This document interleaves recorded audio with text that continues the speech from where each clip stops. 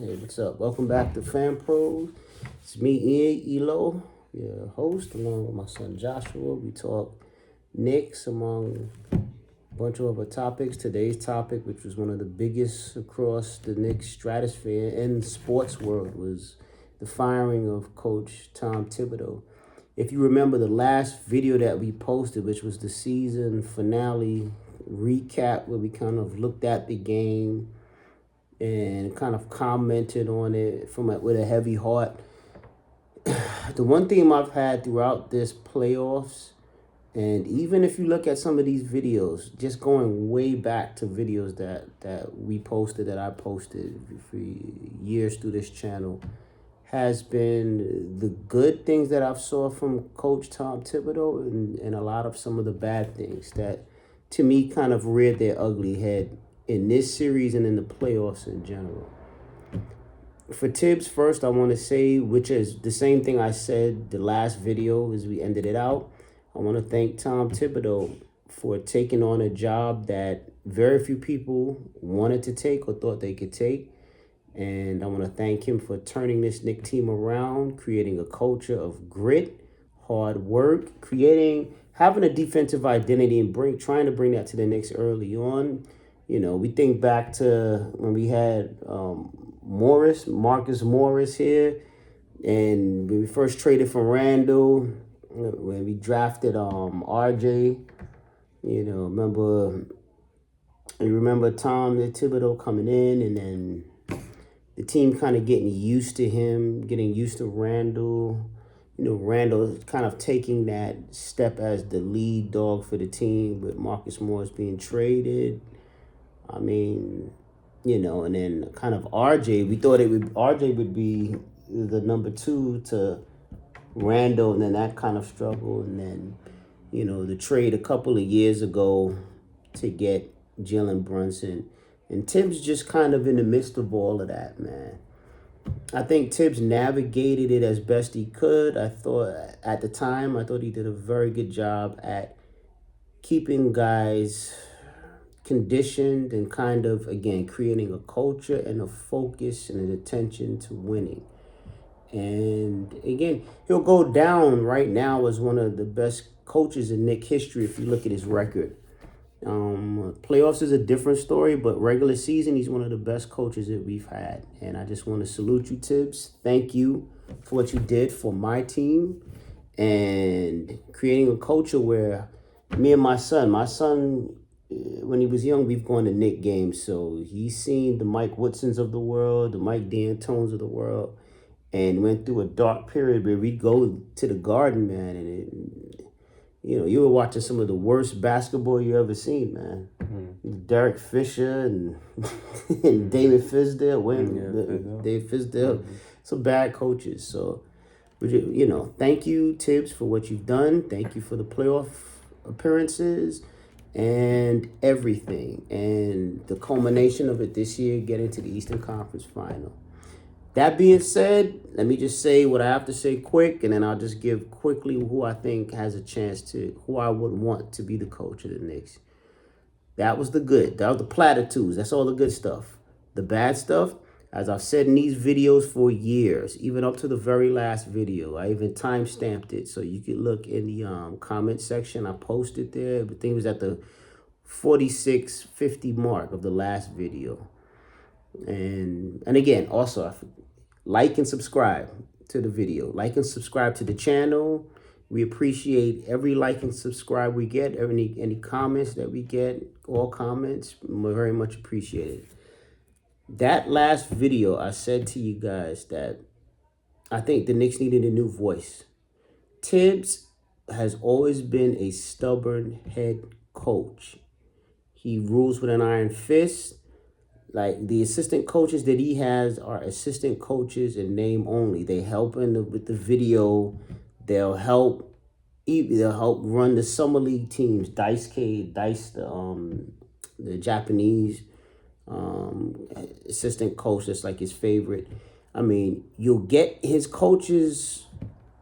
The input is few to none. It's Thibs' show. It's Thibs' show. It's crazy. As I'm sitting on the couch, I'm watching because you're just trying to catch up on everything. I'm watching the podcast. I think it's 520 with Jeff Teague and a bunch of other brothers in Atlanta. And they're talking about their experience with Thibs, and they hit the nail right on the head. They probably had the best comment I saw all day, where they just said Thibs is just hard-headed. He coaches old school offense, defense, and he does everything and just will not budge or refuses to change. This is something that I seen, and as a Knicks fan, that's why I said what I said in that final video. That's why it hurt even more, that loss, because tomorrow's not promised. As I told you guys, man, you can't assume you're gonna get back to the same spot you were the next year. We went through that, a long list of teams that had it. The Phoenix Suns against Milwaukee a couple years in the finals. Haven't heard from them again. The Golden State Warriors, well, they won the title. Now that team may never get to a finals again, with the West getting even as good as it is now, man.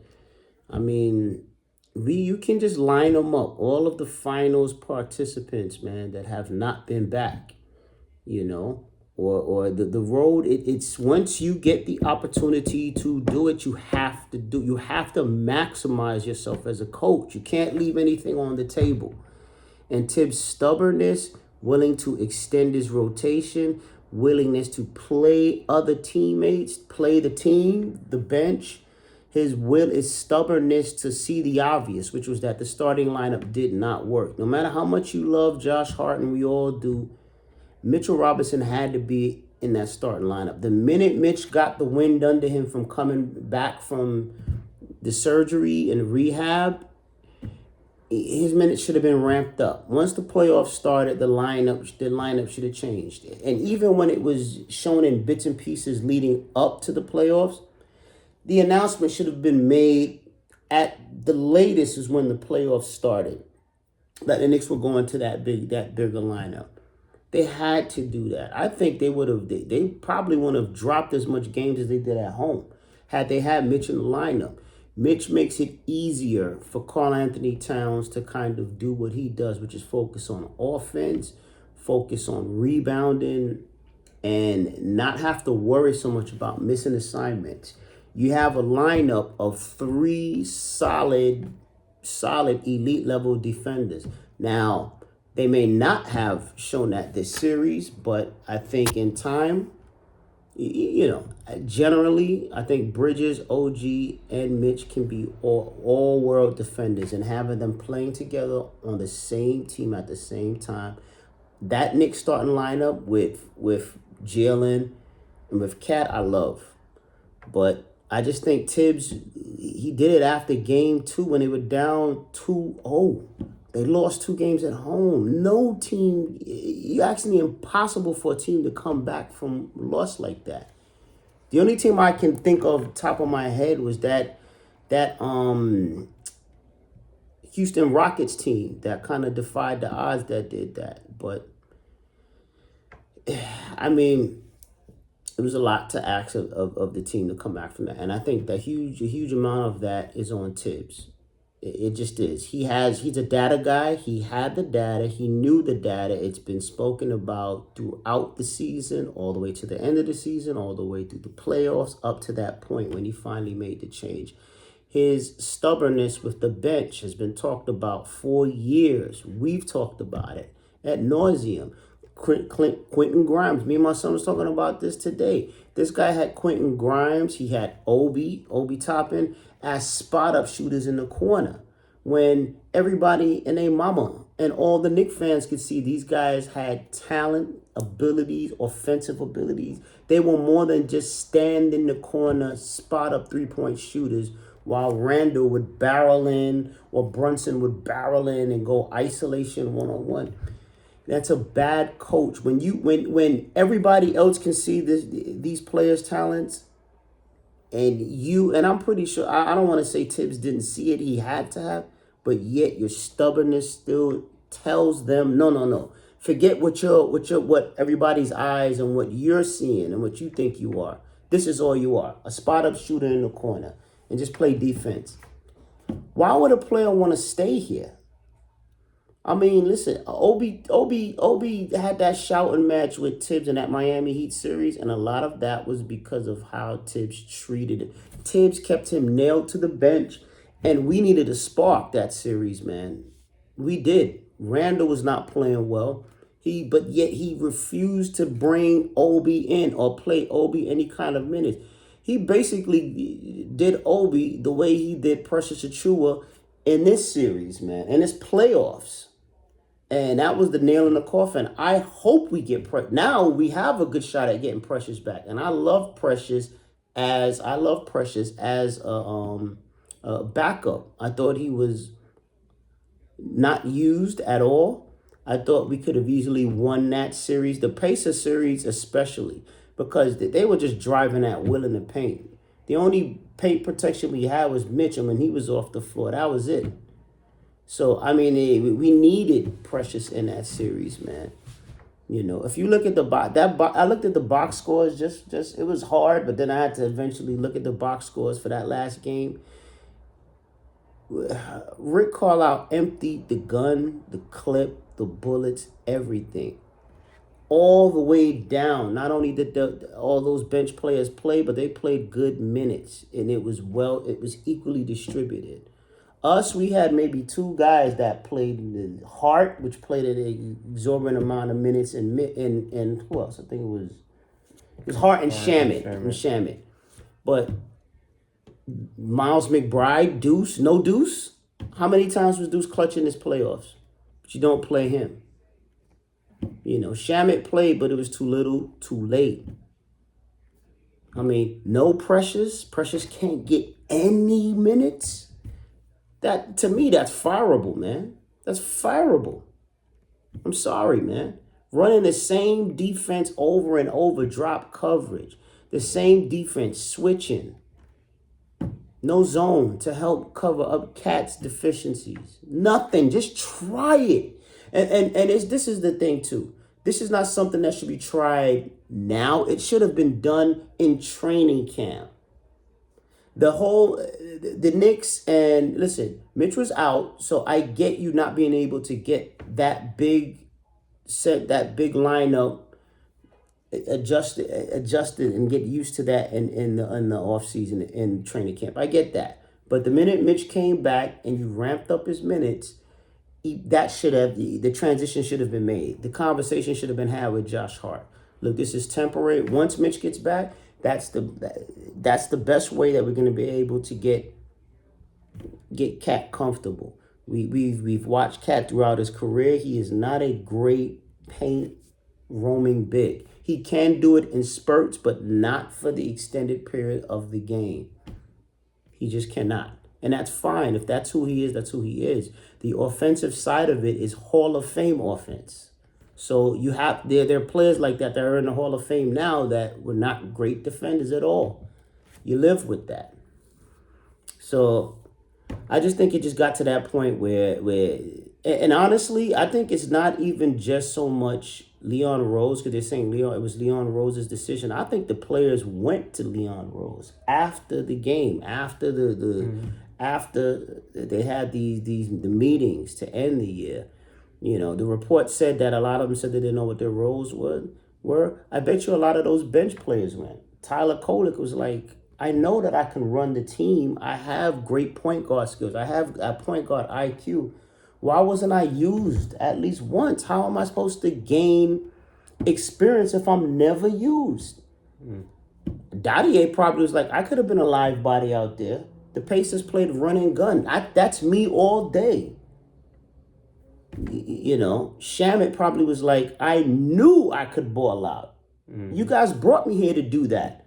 I've showed. Why did it take you guys to be off the cliff, hanging, dangling for you to finally play me?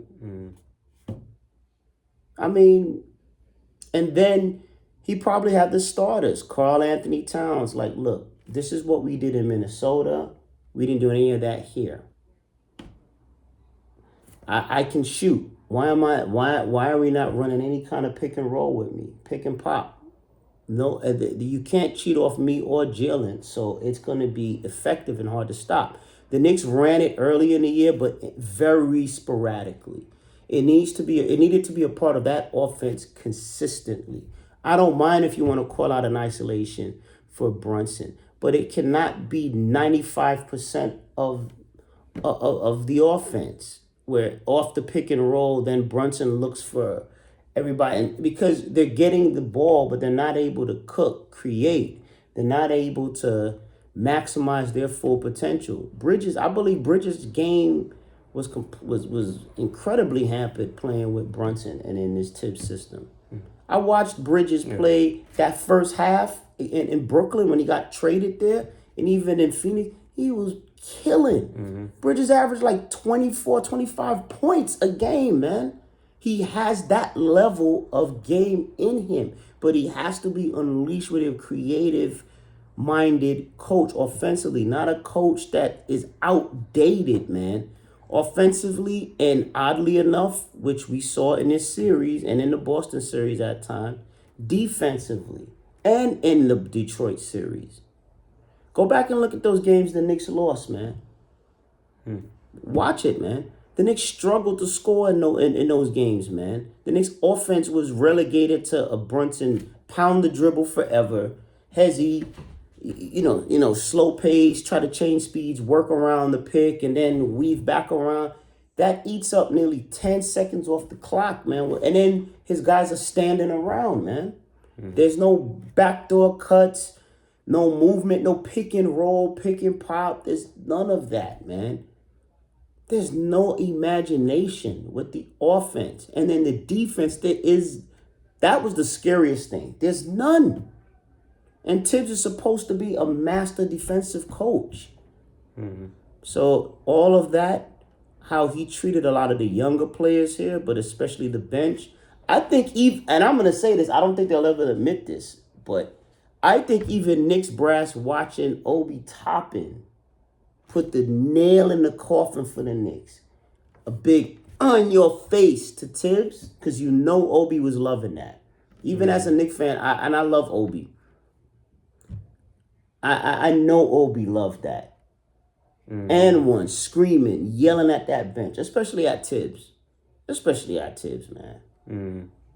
I think the way the Knicks lost this series, who they lost the series to, how they lost the series, and who beat them, Halliburton putting a choke sign in the garden in front of their faces, man. Watching a player that they had under contract, Obi Toppin, who they could have signed, he could have been on. Listen, a lot of people say Obi wanted to be a starter. Obi would have stayed here had he known he had a coach that believed in him and gave him the reign to score and be fully what he could be. Because guess what? He's on the bench with the Pacers. He's not starting there. He's on the bench. But Carlisle believes in him, gives him minutes even off the bench. He didn't have that here, man. He had a guy that didn't even play him in the series. Do you know how disrespectful that is for a number one pick? So, and him, Quentin Grimes, I mean, we can go to Cam Reddish, but Reddish really was neither here nor there. But those two players stick out to me the most that were kind of victims of the Thibs mismanagement and malpractice of the bench and how he ran that bench, man. It was Grimes and Obi Toppin, man. Even like if you look at like IQ, it took him a while to give IQ, and I get it. A lot of people say, oh, well, he needed to build trust with them. They needed to get Thibs' trust.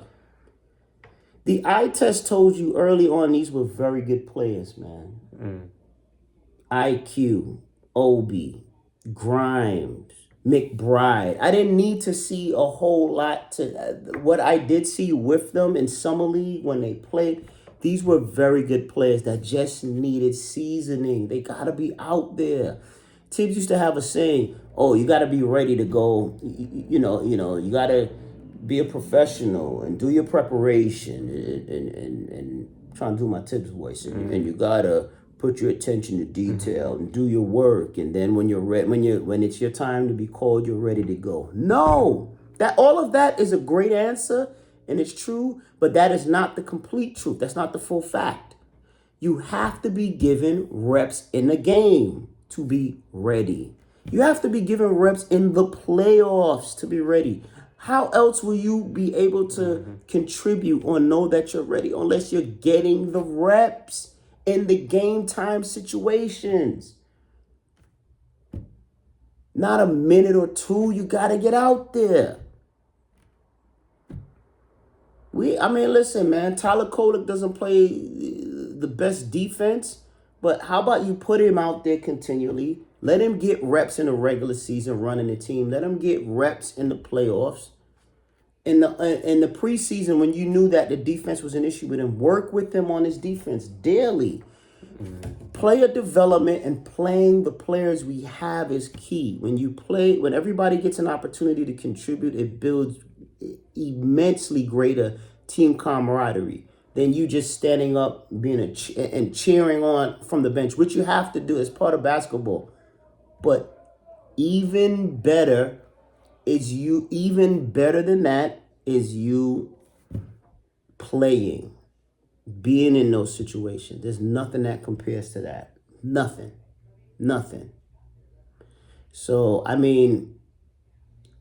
all the above, I think Thibs is favoritism in the end hurt him. He did it with Randall, where he would look the other way on a lot of Julius's bad behavior.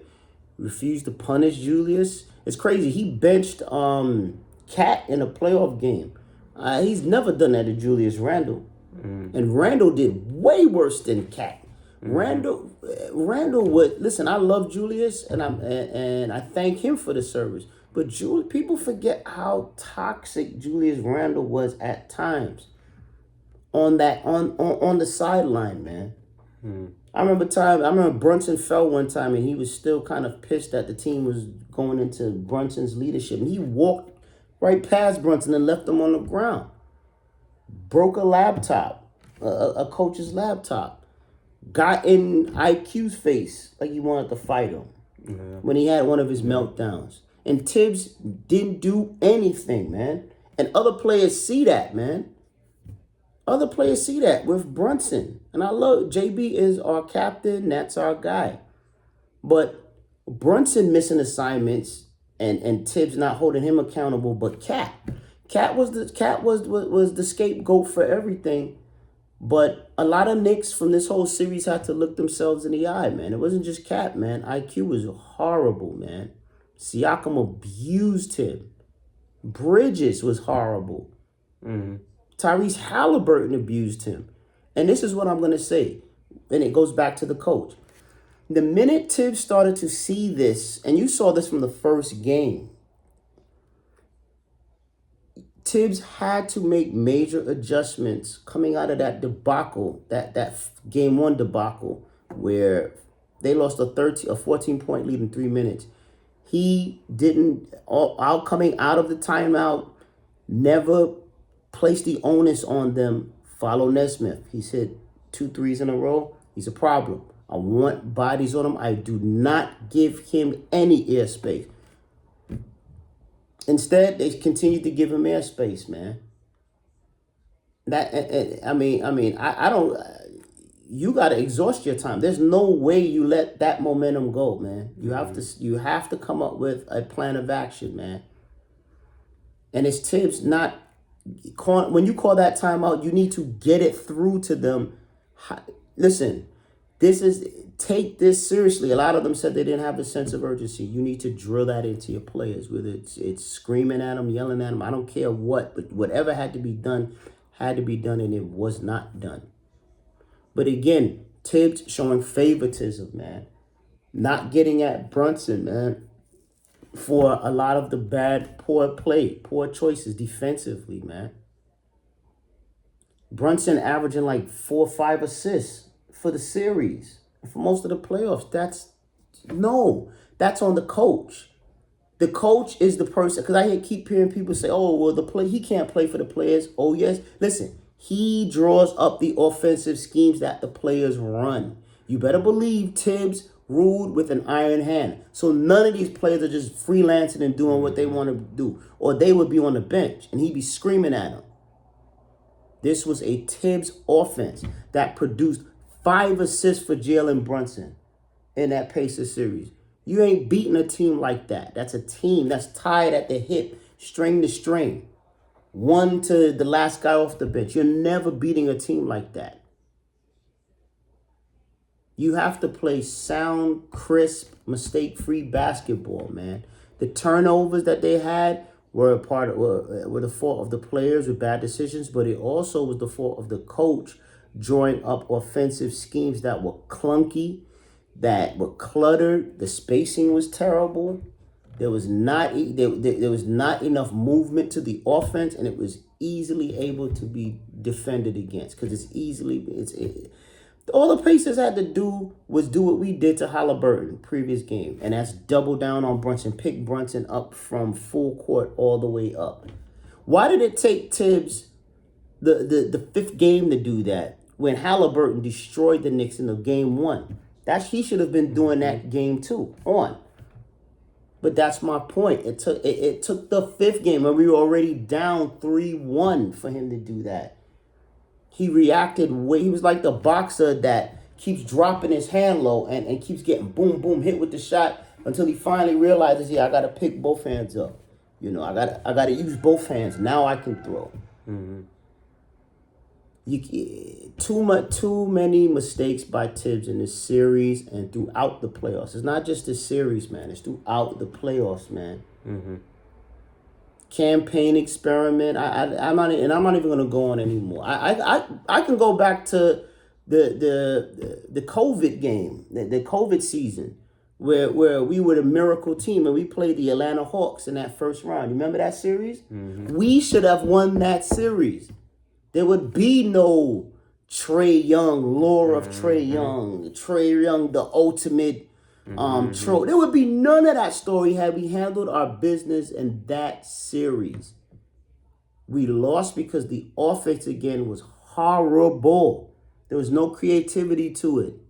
None. Mm-hmm. It was isolation nonsense again. Give it to Julius Randle. Let him just boulder in, and it was easily defended. The defense was again the same thing, switching, getting caught off switches. There was no creativity to it, man. Mm-hmm. They had a real point guard in that series, Trae Young, who was able to spray out the ball. It was creative. There was movement in that Hawks offense. Nate McMillan.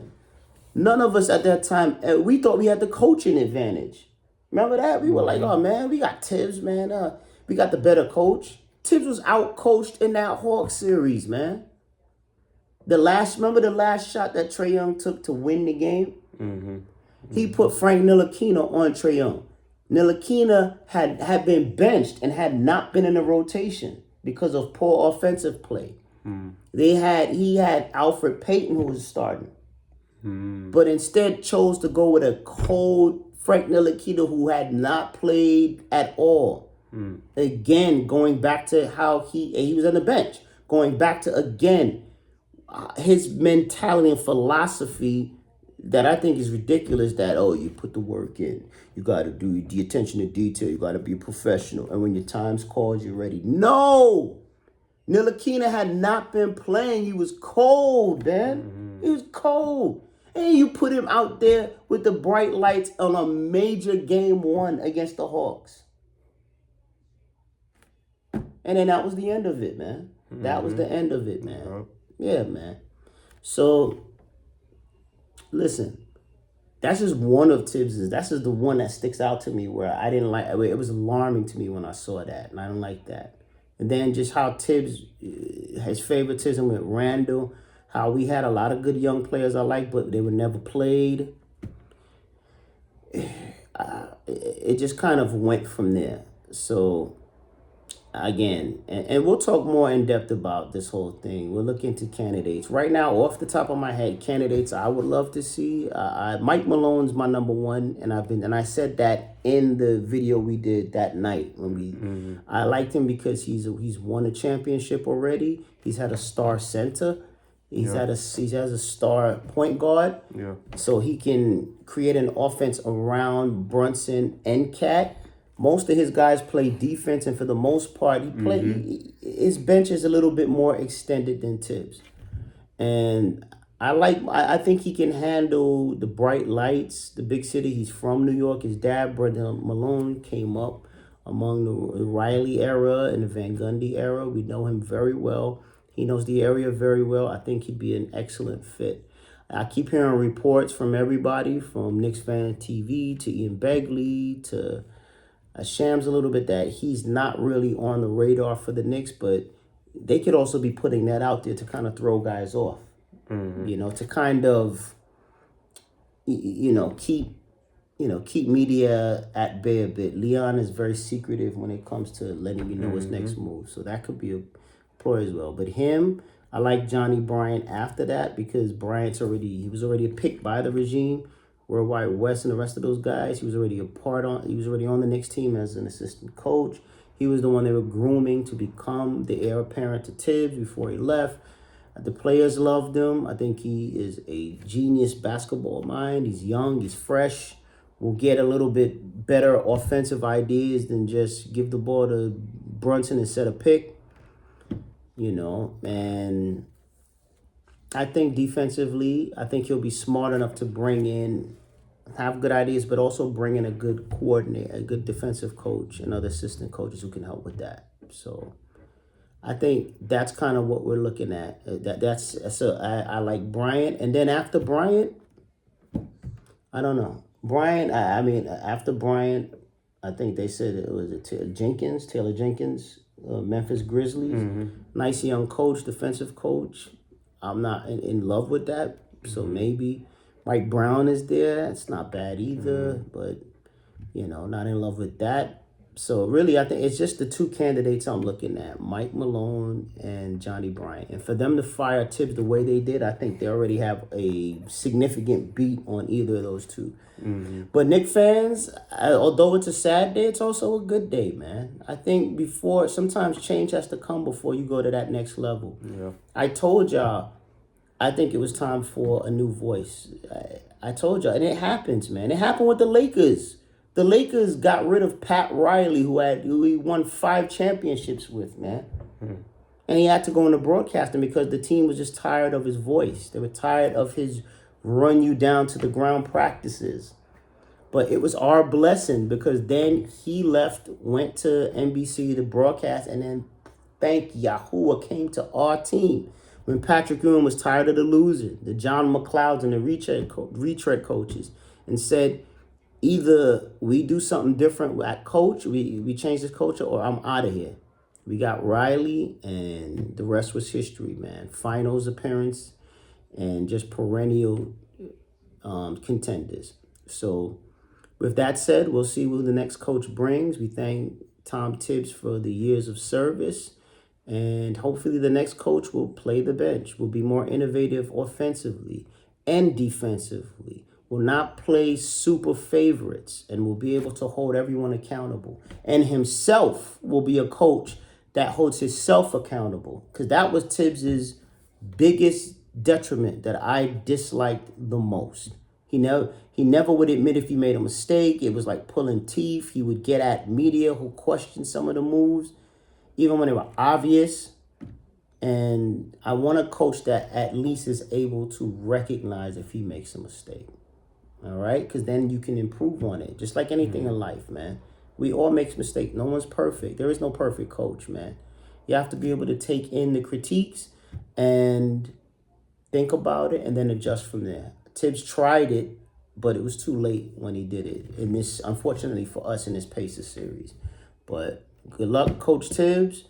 We'll see who the next coaches are. But I think we're in good hands with Leon. We'll be good. And we have the talent already. We don't need... I keep hearing Giannis. If that happens, fine. If it's for Cat, fine. You can't say no to that. But honestly, I just think the Knicks as is good. They just need to...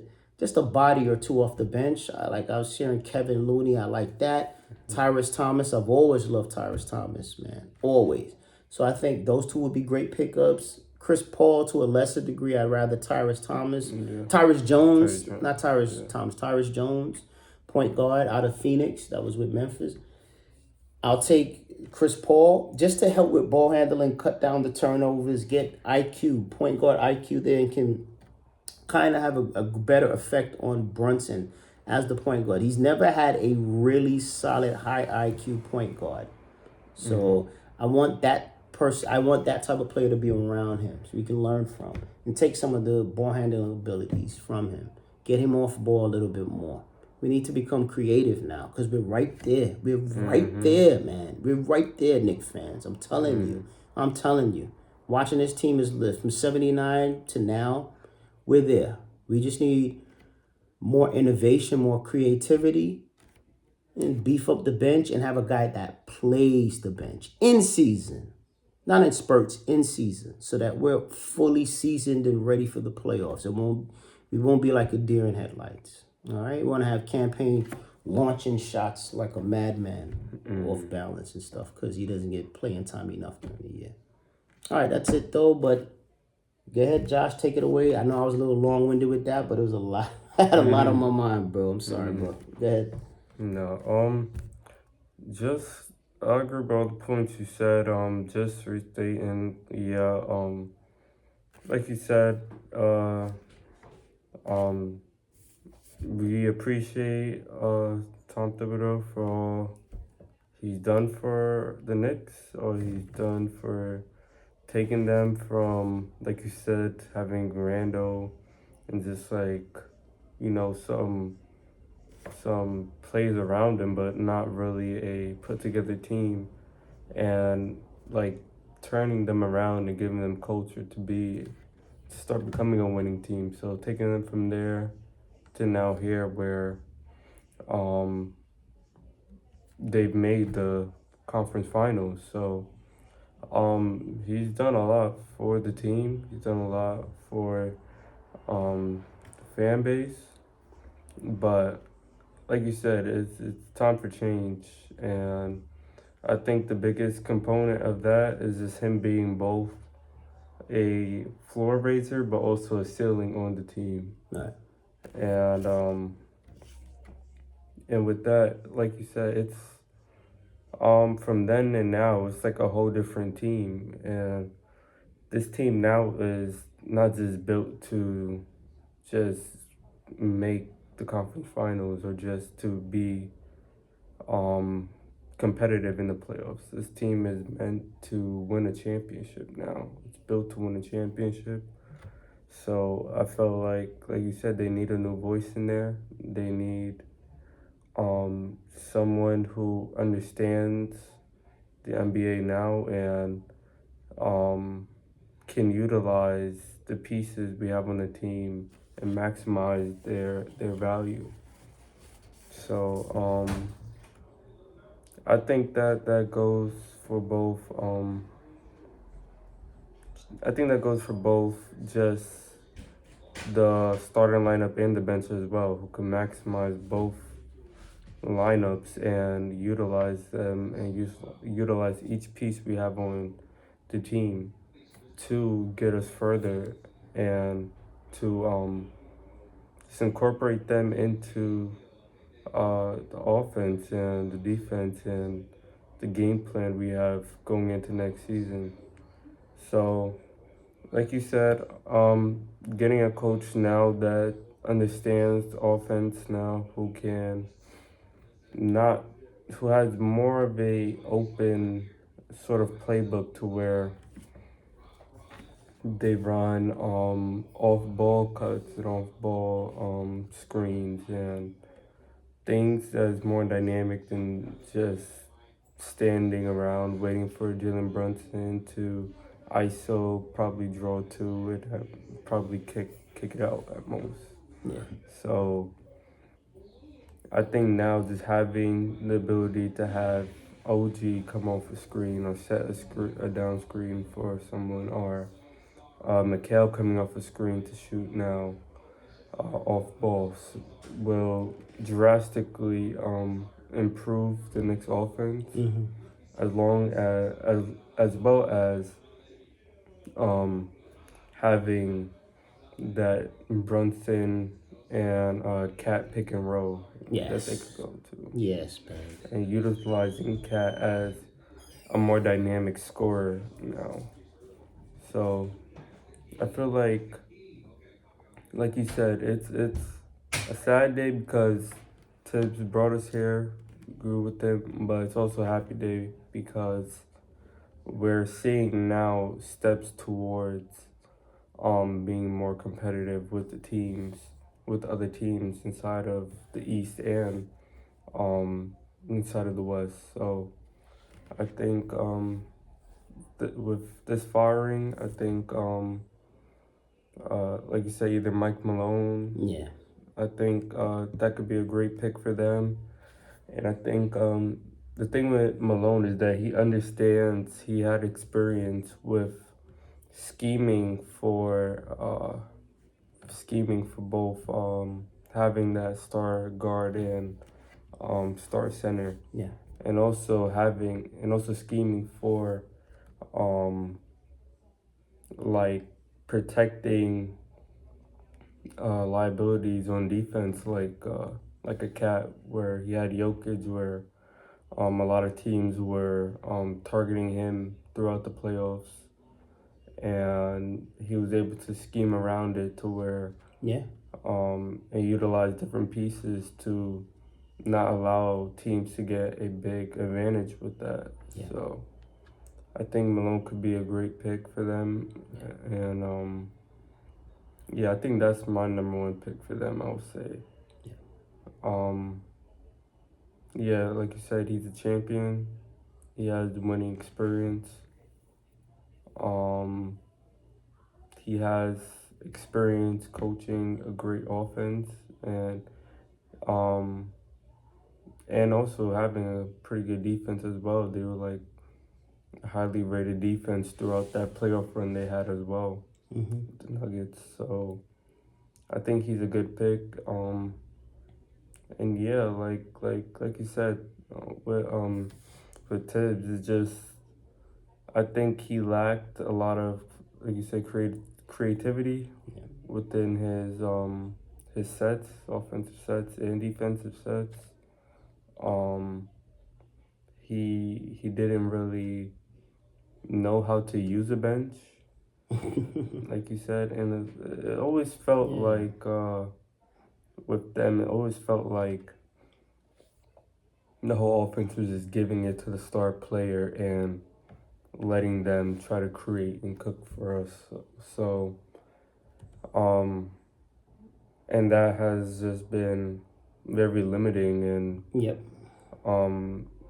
has brought us places, but also had a cap on it as well.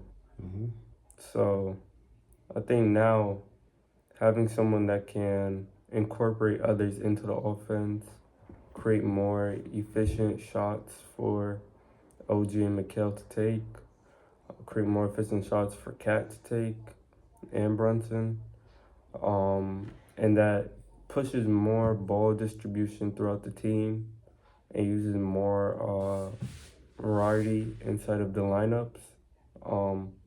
Could take this team to the next level and get them over the hump throughout the playoffs. So I think it's a step in the right direction for them. Right. Well, I think that's well said. I think it's late. This was pretty much this was we had to say something, man. Everybody was posting. You knew we were gonna post on it. It's just kind of taking everything in, getting our thoughts collected, because it's a big move, man. 5 years we've had him as a head coach. This is the longest tenured coach we've had in quite some time, man. Successful regular season coach, man. Playoffs, he was a game above 500, which is, it's good, but it's not where we want to get to. It's not there. And again, and I made this point in the last video. I said a lot in most of these videos, but I want you to specifically watch that last video with us, especially that 46 mark on, where we get more into just Thibs specifically. Thibs in elimination games, man, we were 4 of 10. That's a recipe for, that means if you are behind and you're facing elimination as a Nick Coach Thibs team, you're finished. You're as good as finished, man. And the fact that we were behind, we were in elimination games that often is also not good, man. 14 times, man. Like you can't be. We had the 20-point comebacks 3 times, and think about it. We had to come from 20 points down to beat the Pacers. That game 3. That's not a championship level team. That's not a championship pedigree. It's gutsy, but it's not how a champion plays from ahead. Especially in a game of basketball. Especially in a game of basketball. So again, hopefully we'll get a coach that can teach us all those things. Help the team win the third quarters consistently. Play from ahead. Protect home court advantage at all times. On Thibs, we lost too many game 1s. Second round repeatedly, man. And then painfully this round, The game 1 against and this is just the last thing. We'll get a coach that will explain the importance of taking advantage of the opportunities you have. The year Miami advanced to play us, they had just shocked the world and beaten the defending champs, the Milwaukee Bucks. No one picked them to do that. That was that Jimmy Butler team. I thought, oh my God, we got Miami. We were gonna get Milwaukee. Now we got Miami. We definitely got a sure path to the finals to play Boston. I thought we were good against Boston in that season. We played them tough.